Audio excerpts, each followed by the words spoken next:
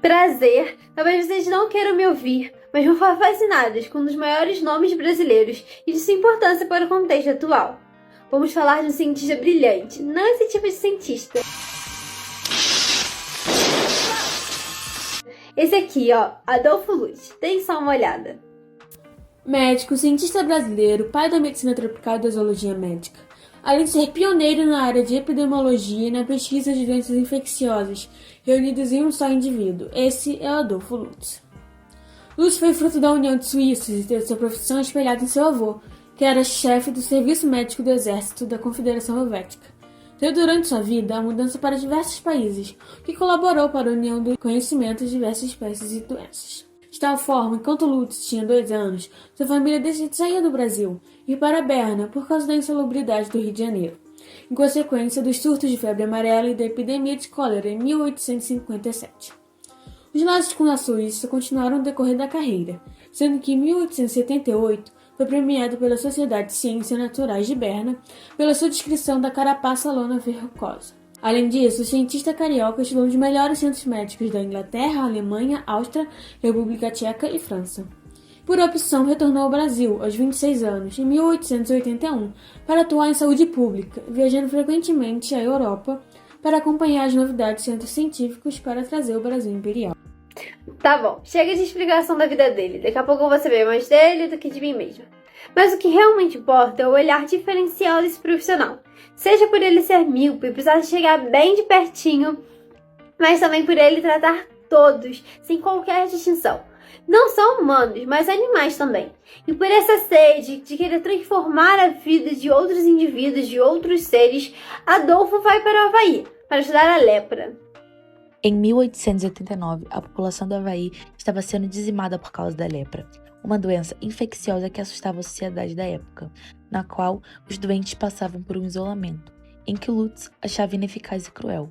Por isso, não tinha medo de cumprimentar e de falar com as vítimas. Em vista disso, Lutz instalou-se em Honolulu em 1889-90 e até assumiu a direção do Hospital Kalili, na ilha de Molokai, e com apenas 3 anos conseguiu erradicar a doença.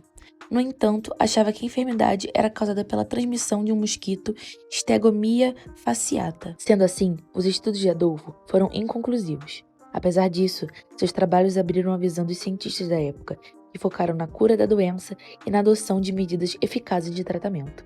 Atualmente, sabe-se que a hanseníase ou lepra é uma doença causada pela bactéria Mycobacterium lepromatosis, enfermidade que causa problemas nos nervos periféricos, na pele, nos testículos, nos olhos, no nariz e na garganta.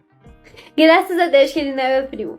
Brincadeiras à parte, Adolfo sempre se manteve preocupado com a contaminação e com o tratamento de epidemias, dentre elas a severa contaminação da peste bubônica em Santos, no estado de São Paulo. É isso mesmo que vocês estão ouvindo. A tão famosa e desastrosa doença que abalou a Europa e dizimou boa parte da população também esteve no Brasil, em 1901, conhecida como peste bubônica. Nesse sentido, Lutz, estando à frente do Instituto Bacteriológico de São Paulo, se uniu com 2 jovens médicos, Emílio Ribas e Vital Brasil, na tentativa de estudar e erradicar a doença. Dessa forma, decidiram iniciar a produção de vacina e soro contra a peste, evitando a epidemia em nosso país. Além disso, evidenciou no Brasil a necessidade do governo federal intervir nos serviços sanitários municipais. Estando atento tanto para humanos quanto para animais, Adolfo atentou o seu estudo para a tuberculose bovina e, por incrível que pareça, ninguém virou boi no processo. Mesmo sofrendo o hate da época, Adolfo Lutz tinha certeza que a tuberculose bovina que atingia a sociedade era por intermédio do leite da vaca, podendo assim ser transmitida para os seres humanos. Sua tese fez com que ele saísse de São Paulo, pois foi julgado e discriminado pelos pecuaristas comerciais.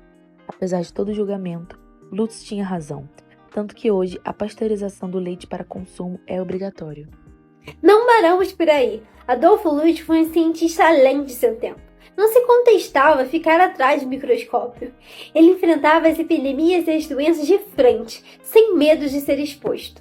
O conhecimento científico poderia estar anos atrasado, se não fossem mentes brilhantes, como de Vital Brasil, Emílio Ribas, Oswaldo Cruz e principalmente Adolfo Lutz. Em um de seus trabalhos, em 1901, Lutz, em parceria com Ribas, conseguiu provar que a transmissão da febre amarela ocorria pelo mosquito Aedes aegypti.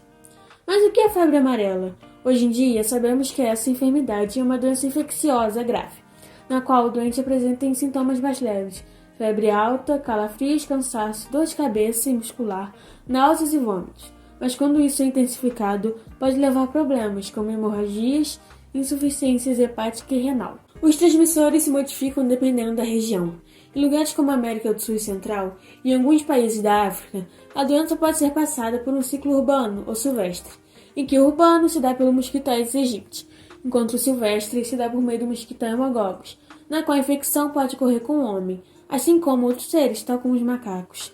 Na época de Lutz, ele realizou um conjunto de medidas de saúde pública para reverter o surto em São Paulo, com o uso de produtos químicos como pó de enxofre e fumaça de pó de piretro, para combater o mosquito, e querosene e essência de terebentina para as larvas. Nos dias vigentes, temos a campanha de vacinação contra a febre amarela, além dos cuidados com a água parada, visto que os mosquitos colocam seus ovos nesses recipientes. Além disso, existem outras formas preventivas, como por exemplo, o uso de repelente, mosquiteiros e roupas que cubram todo o corpo. Quando os olhos no microscópio e o outro na população, Adolfo Lutz realizou mais de 300 trabalhos. Ele dedicou toda a sua vida para a pesquisa e tratamento de enfermos. Para vocês terem uma noção, nos seus últimos anos de vida ele perdeu a visão e mesmo assim continuou inconstantemente em descobrir o que não sabia e quando descobria, dava continuidade de seu trabalho a seus alunos. E com isso ele foi homenageado com o Instituto Adolfo Lutz, que hoje em dia trabalha nas áreas de Química e Ciências Alimentícias, além da toda a análise que fazem com parasitas, fungos, bactérias e vírus. Olhando todo o legado desse cientista suíço-brasileiro, um dos principais pesquisadores do médico, imagina que Adolfo Lutz ficaria extremamente constrangido com a falta de apoio à ciência do Brasil nesse momento. Como ele não gostava de se envolver com a política, acho que ele não iria se expressar publicamente, mas a filha dele se expressaria por ele. E é assim que eu termino de falar sobre Adolfo, imaginando e esperando que a pesquisa e a ciência seja mais valorizada, para que todos nós possamos usufruir de um futuro sadio. Tchau, tchau!